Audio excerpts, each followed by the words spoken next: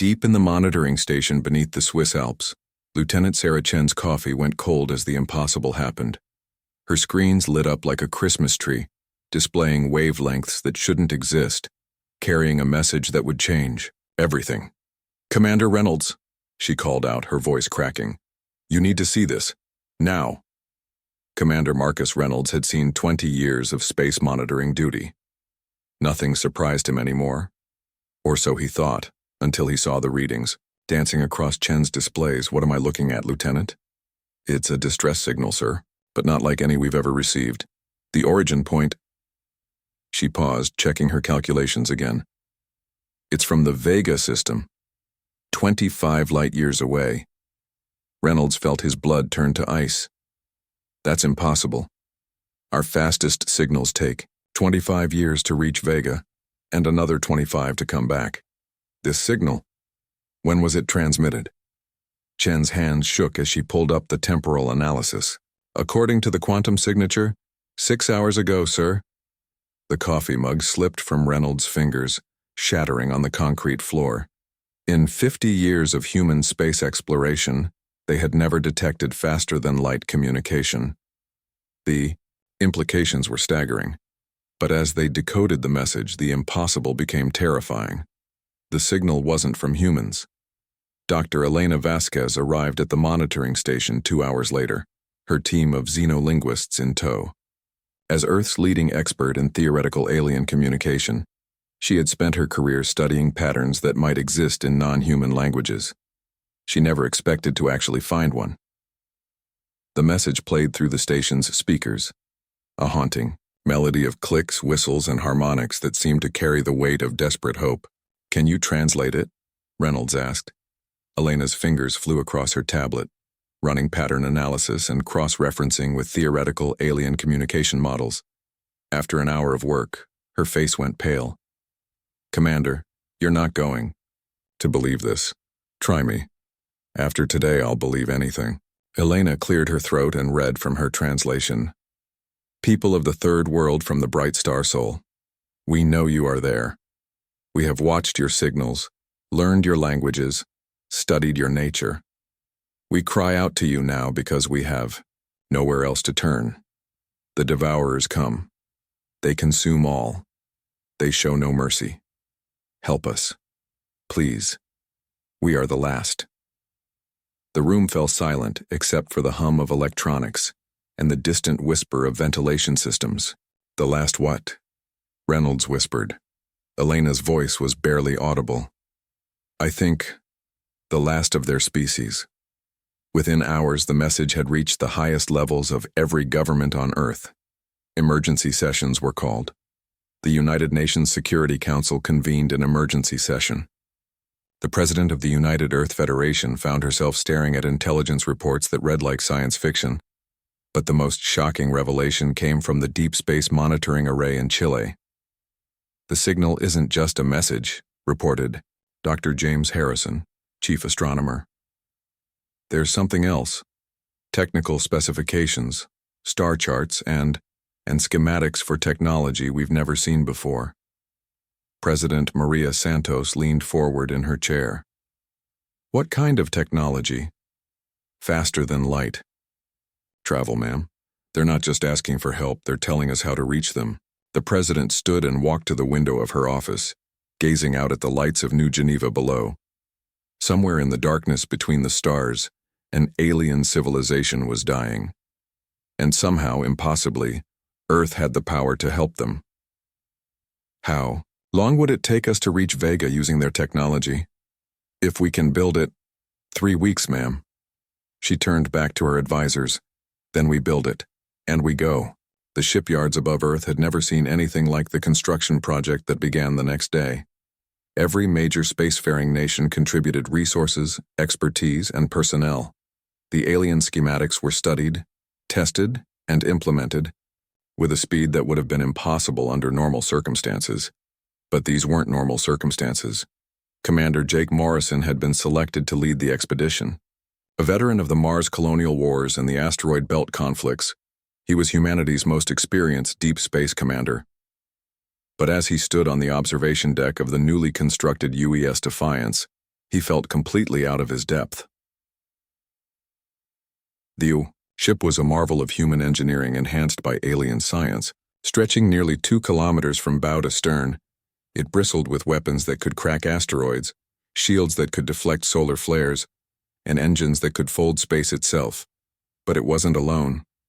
The greatest armada in human history surrounded the Defiance. 47 ships from every nation on Earth, each one equipped with the impossible technology gifted by their mysterious benefactors. Weapons that fired concentrated stellar plasma. Shields that created miniature black holes for defense. And most importantly, faster-than-light drives that would carry them to Vega in 3 weeks instead of 25 years. Second thoughts, Commander? Asked his executive officer, Captain Lisa Park. Morrison watched Earth slowly rotating below them, blue and beautiful and suddenly feeling very far away.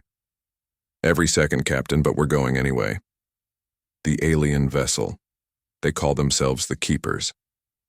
Any idea what they're keepers of? Morrison studied the decoded messages they'd received. Over the past 2 weeks, more transmissions had arrived, each one more desperate than the last. The Keepers had shared more technology, more information, and more warnings about the enemy they called the Devourers. According to their messages, they're the Keepers of Knowledge, the last surviving member of a galactic alliance that once spanned hundreds of worlds. The Devourers have been systematically destroying every intelligent species they encounter. Captain Park checked her tablet. How many species have they eliminated? 437, according to the Keepers, and were next on the list. The bridge fell silent as the implications sank in. Earth wasn't just responding to a distress call. They were potentially fighting for the survival of all intelligent life in the galaxy. All ships report ready for jump, Commander, announced Lieutenant Torres from the communications station. Morrison took a deep breath and activated the ship-wide communication system. This is Commander Morrison to all ships of the Terra Liberation Fleet. Today we embark on humanity's greatest journey. We go not as conquerors, but as defenders. We go not for glory, but for survival. We go because someone cried for help, and we are the only ones who can answer. He paused, looking out at the assembled fleet that represented the best of human engineering and courage. Engage faster-than-light drives. All ships, jump on my mark. 3, 2, 1. Mark. The stars stretched into lines of light. Space folded in on itself. And 47 human warships disappeared into the impossible journey toward Vega, carrying the hopes of an entire species into the unknown darkness between the stars. Chapter. Crew to the Keeper's last stand, the Terra Liberation Fleet dropped out of faster-than-light travel at the edge of the Vega system, and Commander Morrison immediately knew they were too late for a peaceful solution. Sweet mother of... Captain Park breathed from beside him. The tactical display showed a scene of devastation that stretched across billions of kilometers.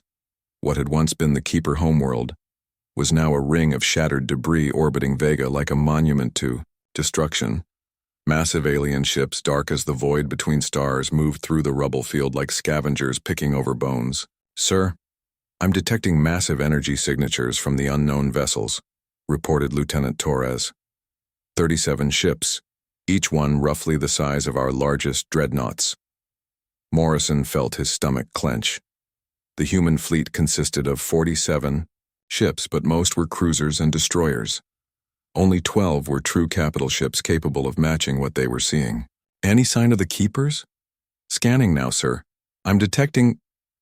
Wait. Torres' voice became excited.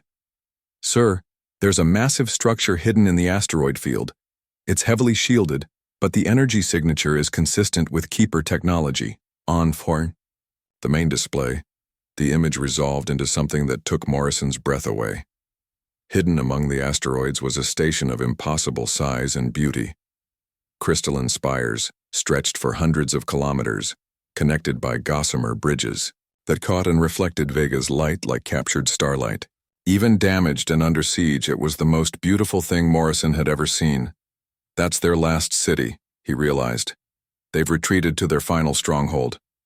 Commander, Torres called out urgently, I'm receiving a transmission from the station. Put them through. The voice that filled the bridge was unlike anything human ears had ever heard. It was musical, layered with harmonics that seemed to speak directly to the soul, but underneath the beauty was a desperation that transcended species barriers. "People of Earth," the voice said in accented but clear English. "You came. We had begun to fear, but you came. I am Harmonist Veltar, speaker for the remaining keepers. Welcome to what was once our homeworld. Welcome to our tomb." Morrison activated the communication system. "Harmonist Veltar, this is Commander Morrison of the Terra Liberation Fleet. We received your distress call. What's your situation?" There was a pause, filled with what sounded like crystalline chimes. "Our situation is terminal, Commander Morrison. The Devourers arrived 6 of your days ago. They have destroyed our orbital cities, our satellite worlds, our defensive fleets. 3 billion keepers have been consumed. We are the last. Perhaps 20,000 souls in our final sanctuary." Captain Park leaned close to Morrison. "Sir, our intelligence suggests the Devourers use some kind of energy drain technology. They literally consume the life force of entire species." Morrison nodded grimly. "Harmonist, what are those ships doing in the debris field?" "They are feeding, Commander. Converting the remains of our civilization into energy to fuel their advance toward your system. Your Earth will be their next target once we are gone." Tactical display suddenly erupted with new contacts. The Devourer ships had detected the human fleet and were moving to intercept. "Sir, enemy vessels are changing course. They're accelerating toward us at incredible speed." Morrison studied the approaching enemy. Up close, the Devourer ships were things of nightmare. They looked more grown than built, with organic curves and surfaces that seemed to absorb light. Tendrils of dark energy writhed around their hulls like living things. "All ships, battle stations, prepare for engagement." "Commander?" Veltar's voice cut through the bridge chatter. "You must not engage them directly. Their ships feed on energy. Conventional weapons only make them stronger." "Then how do we fight them?" "We have been developing a weapon using the last of our resources, but we need time to complete it, and we need a distraction." Morrison understood immediately. "You need us to buy you time?" "Yes. But Commander, your ships, your people. I fear many will not survive." Morrison looked around his bridge at the faces of his crew. Young faces mostly, men and women who had volunteered for humanity's most dangerous mission. They deserved to know what they were facing. "All hands, this is the commander," he announced over the ship-wide communication system. "The situation is worse than we hoped. The alien civilization that called for help has been almost completely destroyed. The enemy is now moving toward Earth. We are humanity's only hope of stopping them." He paused, watching the enemy ships grow larger on the tactical display. "I won't lie to you. The odds are against us. But we didn't come this far to turn back now. We came because someone asked for help. And by God, we're going to help them." The first wave of Devourer ships struck the human fleet like a black tide. The UES Defiance shuddered as dark energy weapons tore into her shields. Around the fleet, human ships returned fire with everything they had. Plasma cannons, nuclear missiles, particle beams. All the weapons humanity had perfected over decades of conflict. But Captain Park's intelligence had been right. The enemy ships seemed to absorb the energy, growing stronger with each hit. "Sir, conventional weapons are having minimal effect," reported Lieutenant Commander Hayes from the weapons station. "Recommend switching to kinetic weapons." "Do it. All ships switch to kinetic weapons. Railguns, mass drivers, anything that doesn't feed them energy." The tide of battle began to shift. Solid projectiles moving at significant fractions of light. Speed punched through the Devourer hulls, causing real damage. But for every enemy ship they damaged, 2 more seemed to take its place. "Commander, we're losing the UES Triumph," Torres reported.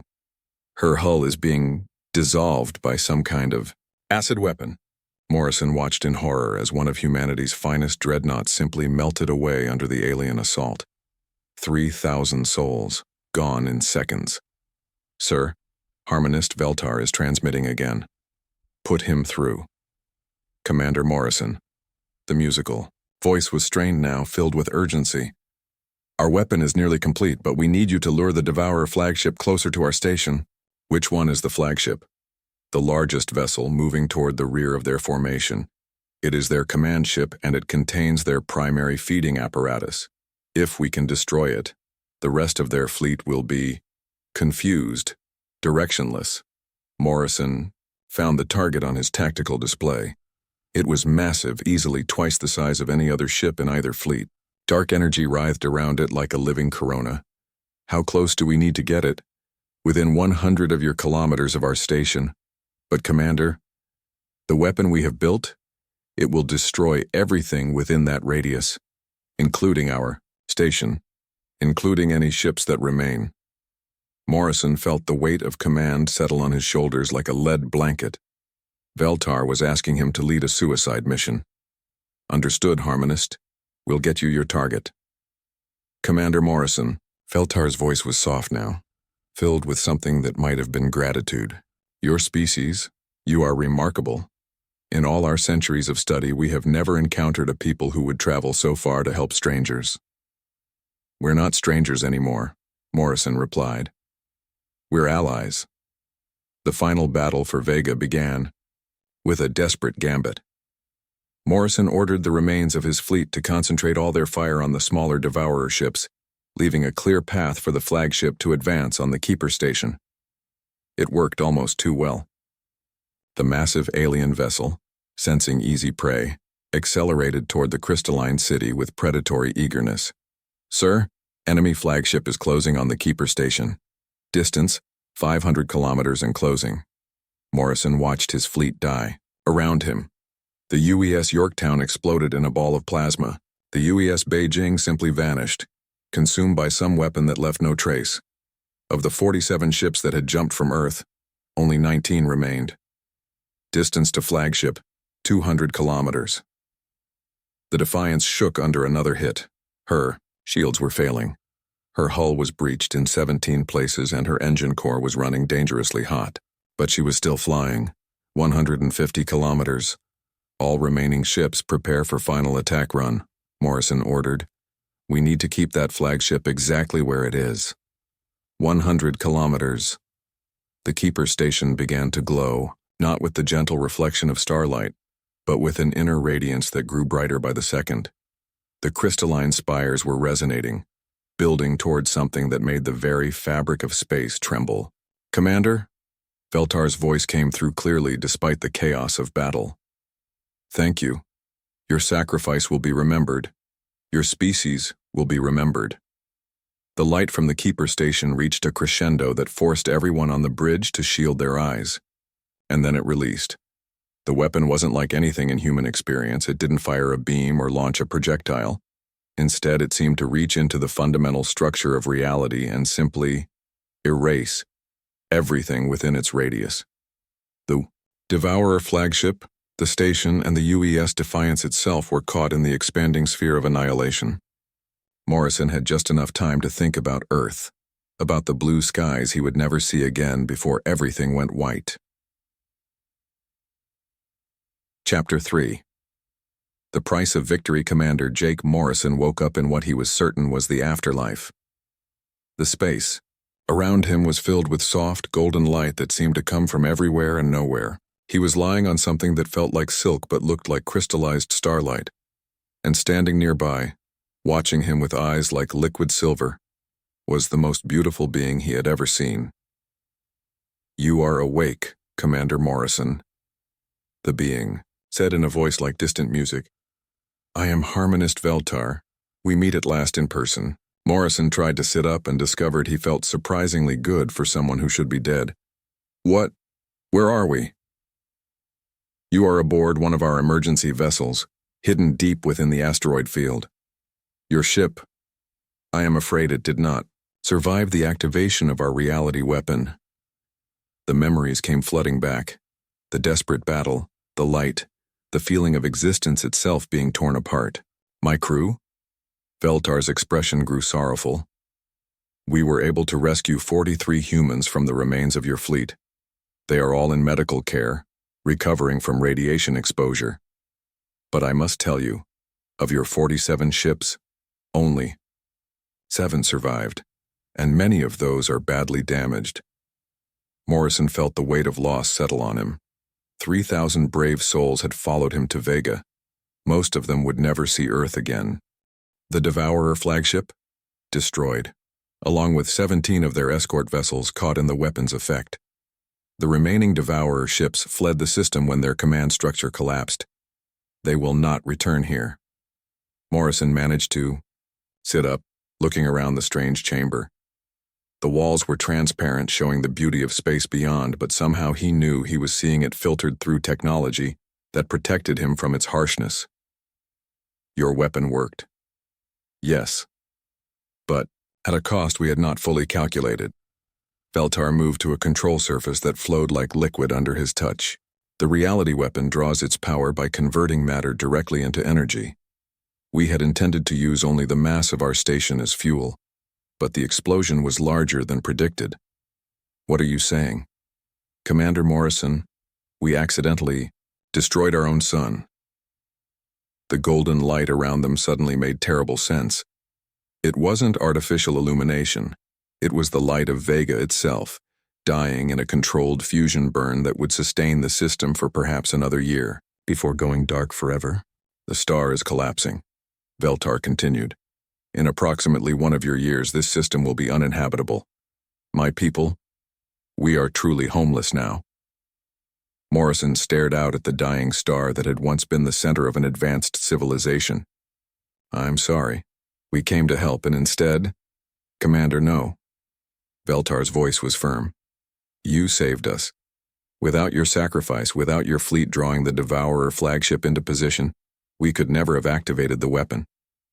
The Devourers would have consumed what remained of my people and continued toward Earth. The Keeper moved closer, and Morrison could see that despite their alien beauty, Veltar's species was not so different from humanity. There was sadness in those silver eyes, but also hope. Your species did something remarkable, Commander. You traveled across the galaxy to help people you had never met. You sacrificed your lives for strangers. In 3,000 years of civilization, my people have never encountered such nobility. Morrison thought about the crew members who hadn't made it, about the families on Earth who would receive news of their loved ones' sacrifice. What happens now? Now, we must prepare for the greater war that is coming. Morrison looked up sharply. Greater war? Veltar activated a holographic display that showed the local region of the galaxy. Thousands of stars glittered in the projection, and as Morrison watched, many of them began to pulse with an ominous red light. The Devourer fleet that attacked us was only an advance force, Commander. Their main Armada numbers in the thousands of ships. They are currently consuming the remnants of the Altarian Empire, 700 light-years from Earth, but when they finish there, they'll come for us. Yes, your species has perhaps 5 of your years before they arrive at Earth. Morrison studied the projection, his mind already working on the tactical situation. Can we stop them? Not with conventional weapons, but we have learned much from this battle. The reality weapon can be improved, made more efficient, and there are other technologies we have not yet shared with your people. Veltar touched the controls again, and the display showed technical schematics that made Morrison's head spin. Ships that could phase in and out of normal space. Weapons that could manipulate gravity itself. Defensive systems that could hide entire planets. The Keepers possessed the accumulated knowledge of 400 destroyed civilizations, Commander. We offer all of it to Earth, freely given in exchange for something my people have lost. What's that? A future. A home. A chance to rebuild. Morrison understood immediately. The Keepers were offering to share their incredible technology with humanity, but they needed a place to live while they did so. Earth. That's a decision above my pay grade, Morrison said, but I think I know what the answer will be. Your species continues to surprise us with their generosity. Morrison stood, testing his balance. He felt strong, stronger than he had in years. What did you do to me? Keeper Medical Technology, Commander. We have repaired the damage from radiation exposure and enhanced your natural healing abilities. You will find you are somewhat more resilient than before. And my surviving crew? They have received similar treatment. Some have requested to remain here to study our technology. Others wish to return to Earth with the knowledge we have gained. Morrison nodded. It made sense to leave some people behind to learn as much as possible. But Earth needed to know what was coming. How long would it take to get back to Earth? Using improved faster-than-light technology, perhaps 10 of your days. Long enough to organize a proper defense, but not long enough to complete all the preparations that will be needed. Morrison walked to the transparent wall and looked out at the dying star. Somewhere in that fading light was the wreckage of the UES Defiance and the bodies of friends who had trusted him to bring them home. Harmonist Veltar, I need you to understand something about humans. We don't give up, ever. You've given us 5 years to prepare for the worst threat our species has ever faced. We'll use every second of it. I believe you will, Commander. But you will not face this threat alone. The Keepers stand with Earth now. We have pledged our knowledge, our remaining technology, and our lives to the defense of your world. Why? You barely know us. Veltar was quiet for a long moment, and when he spoke, his voice carried the weight of 3,000 years of civilization. Because, Commander Morrison, in all our centuries of study, we have learned one thing above all others. The greatest tragedy in the universe is not death. It is the extinction of hope. Your species carried hope across 25 light years to help strangers. You are hope, Commander, and hope is worth preserving. Morrison felt the responsibility settle on his shoulders like armor. Earth had 5 years to prepare for a war that would determine the survival of both humanity and the last remnants of galactic civilization. Then we'd better get to work. Chapter 4. The Forge of Tomorrow Earth had never seen anything like the transformation that began when the battered remnants of the Terra Liberation Fleet returned home. Commander Morrison stood in the rebuilt Situation Room beneath the Swiss Alps, but the chamber bore no resemblance to the modest monitoring station where Lieutenant Chen had first detected the Keeper distress signal. Crystalline displays showed real-time data from across the solar system. Holographic projections mapped defensive positions that extended from Mercury to Pluto. And at the center of it all, working alongside human technicians, were 24 Keeper refugees who had chosen to make Earth their new home. Status report, Morrison called out as he entered the command center. Captain Park, now promoted to Admiral and serving as his second-in-command, gestured to the main display. Shipyard production is ahead of schedule.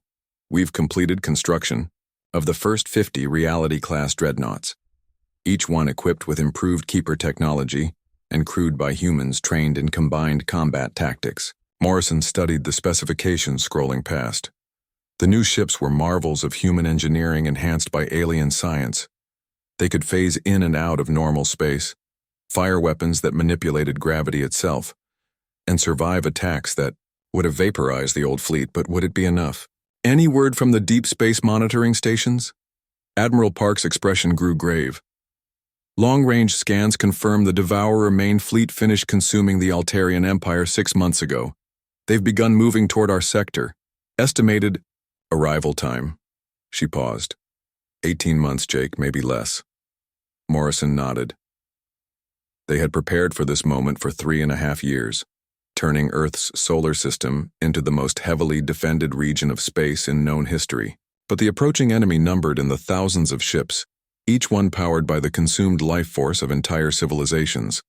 Harmonist Veltar, what's the status of the reality weapon network? The Keeper leader had aged visibly during their time on Earth, the strain of seeing his homeworld die weighing heavily on his crystalline features. But his voice remained strong as he responded. The orbital platforms are complete, Commander. 15 reality weapons positioned throughout the solar system, each one capable of the destructive force we used at Vega. But he hesitated. What is it? The power requirements remain enormous. Each weapon can only be fired once before requiring a full energy cycle, and the effect radius is limited. Against thousands of enemy ships, we'll need perfect timing and coordination. Morrison finished. I know. The truth was, everyone in the room knew that even with all their preparations, the coming battle would be the most desperate fight in human history. But they also knew something the Devourers didn't expect. Humanity had learned to hope. The first refugees had arrived 2 years earlier, when the UES Horizon discovered a shattered Keeper research vessel drifting near Alpha Centauri. Aboard were 300 survivors of species the Devourers had already consumed. They brought with them technologies and knowledge that Earth had never imagined. The Zephyrian engineers had taught humans how to build ships that could exist in multiple dimensions simultaneously. The Crystalline Collective had shared the secrets of living metal that could repair itself faster than enemy weapons could damage it. The Ethereal Archives had provided tactical data on Devourer combat patterns gathered from dozens of fallen civilizations. "Sir," Lieutenant Chen called from her station. She had been promoted to head of Xenological Communications and now served as Earth's primary liaison with their alien allies. "I'm receiving a priority transmission from the outer perimeter." Morrison felt his blood chill. The outer perimeter was humanity's early warning system, a network of heavily armed stations positioned at the edge of the solar system. If they were transmitting, put it through. The voice that filled the command center belonged to Captain Rodriguez of Station Omega-7. His words were crisp and professional, but Morrison could hear the underlying tension. "Command, this is Omega-7. Long-range sensors are detecting massive gravitational distortions at the edge of our detection grid. Estimated distance 15 billion kilometers and closing." "Sir, it's them. The Devourers are here." The command center fell silent except for the hum of electronics and the soft chiming of Keeper technology. After 3.5 years of preparation, the moment had finally arrived. "How many ships?" Morrison asked. "Still counting, sir." Conservative. "Estimate 3,000 vessels. Possibly more." Morrison closed his eyes for a moment, feeling the weight of two-species survival resting on his shoulders. When he opened them, his voice was calm and steady. "All stations, this is command. Execute Operation Last Stand. All fleet units to assigned positions. All civilian populations to deep shelters. All defensive systems to full readiness." He turned to face the assembled officers and aliens who had become humanity's greatest allies. "Ladies, gentlemen, and honored friends, today we face an enemy that has consumed 437 civilizations. They expect us to run, to hide, to beg for mercy as others have done. They're about to learn something about humans that they won't forget."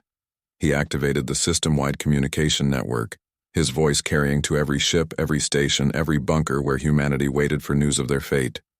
"We don't run, we don't hide, and we sure as hell don't beg. Today we show the galaxy what happens when you threaten Earth. Today we make our stand." The Battle of Sol began at the edge of the asteroid belt, where the first wave of Devourer ships encountered humanity's outer defenses. The enemy had learned from their defeat at Vega. Instead of advancing in a single massive formation, they came in waves, probing for weaknesses, testing human responses. Their ships had evolved too, grown more sophisticated by consuming the technologies of fallen civilizations. But humanity had evolved as well. "Contact," announced Captain Torres from her position aboard the UES Defiance II, named in honor of Morrison's first command. "Enemy scouts are engaging the asteroid defense grid." On the tactical display, the battle unfolded like a deadly dance. Human ships phased in and out of normal space, striking at Devourer vessels and vanishing before they could respond. The asteroid belt itself had been weaponized, each rock equipped with gravity mines and reality torpedoes that turned space itself into a trap. But the enemy kept coming. "Sir, we're reading massive energy signatures from the main Devourer fleet," reported Admiral Park. "They're charging some kind of superweapon." Morrison studied the sensor readings with growing alarm. The enemy flagship, a vessel that dwarfed even their largest ships, was building up an energy charge that registered off the scale of human instruments. "Harmonist, have you seen anything like this before?" Veltar's crystalline features had gone pale. "Yes, Commander. They used such a weapon against the core worlds of the Zephyrian Empire. It converts stellar matter directly into destructive energy. They mean to use Sol itself as ammunition." Morrison felt his blood turn to ice. "They're going to weaponize our sun? If that weapon reaches full charge, It will cause a solar flare that will sterilize every planet in this system. Morrison looked around at the faces surrounding him, human and alien alike, all united in their determination to survive. How long do we have? Based on the energy buildup patterns, perhaps 1 of your hours. Then we end this now. All units prepare for final assault. Target the enemy flagship. Everything we have.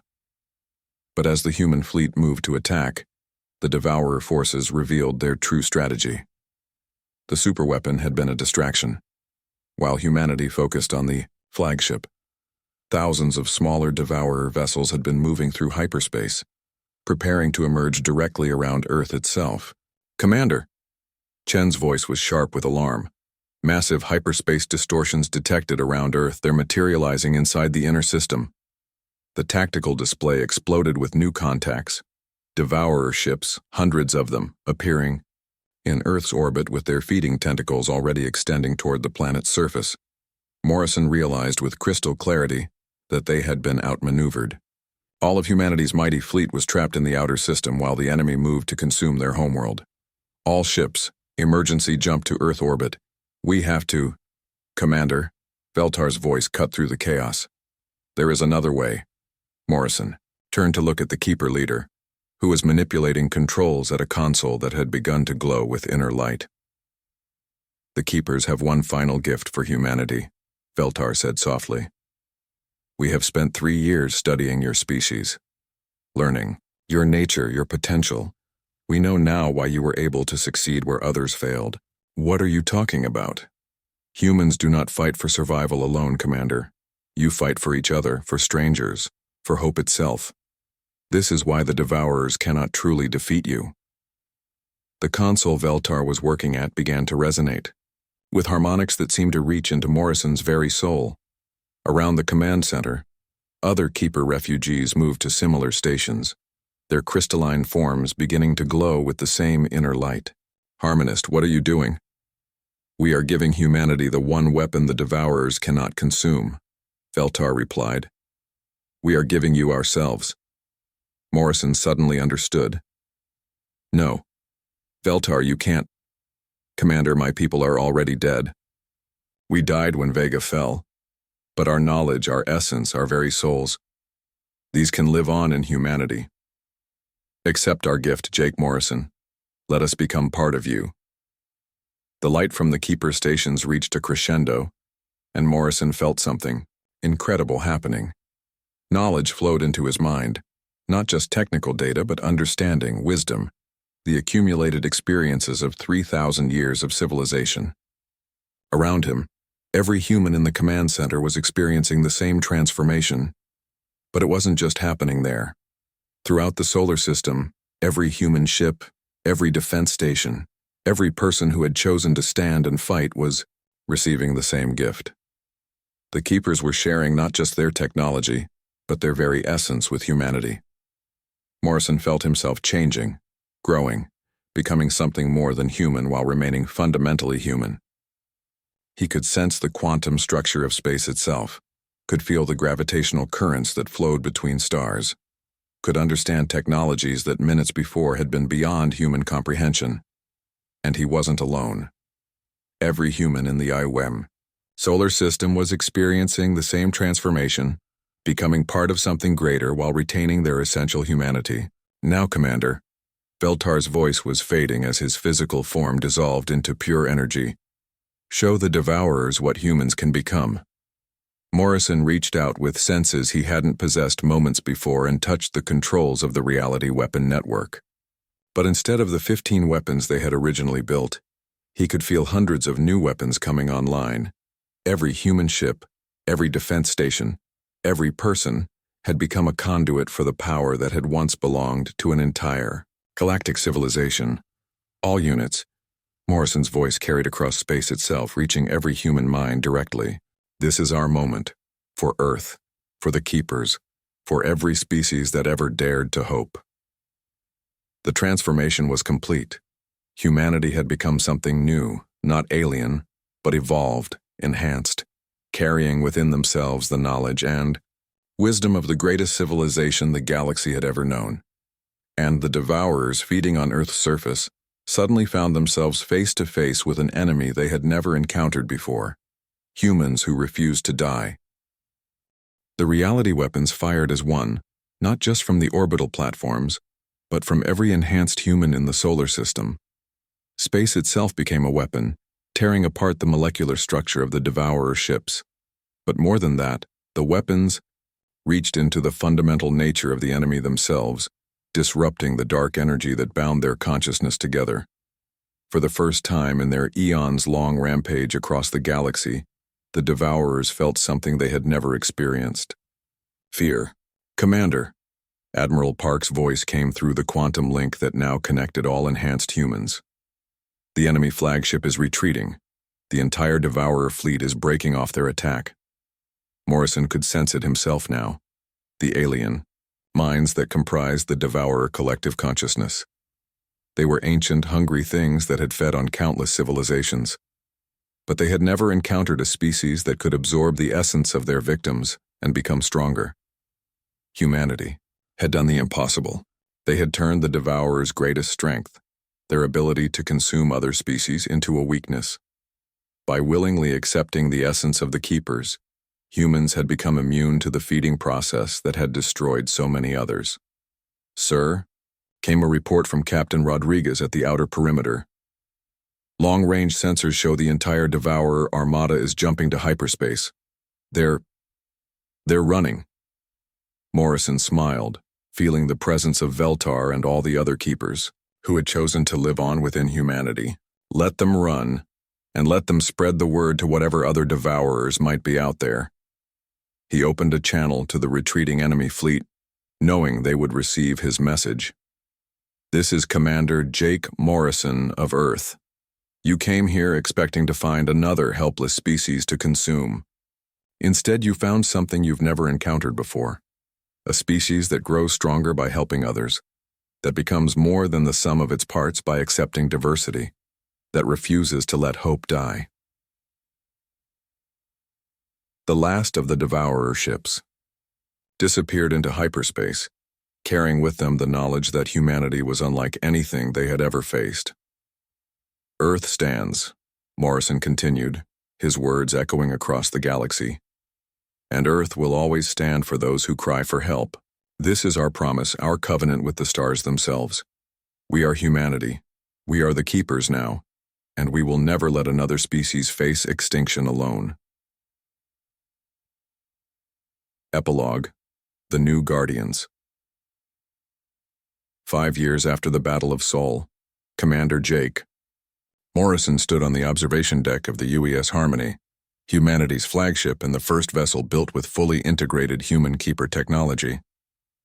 Through the transparent aluminum windows, he watched the construction of New Vega Station, a massive orbital city that would serve as headquarters for the Galactic Defense Alliance.